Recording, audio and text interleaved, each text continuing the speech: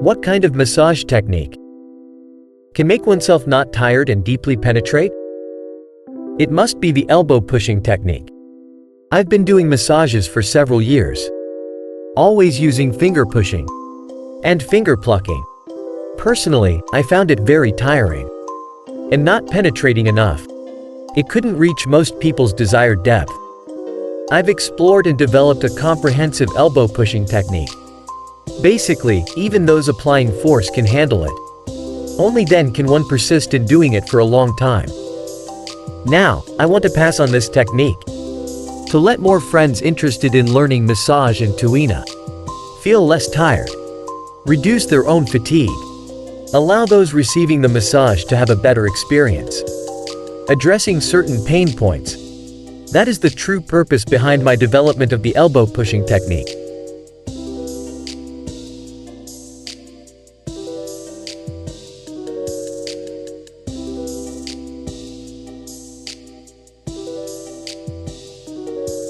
Friends who want to learn this massage technique can follow me. More massage tutorials will be released soon.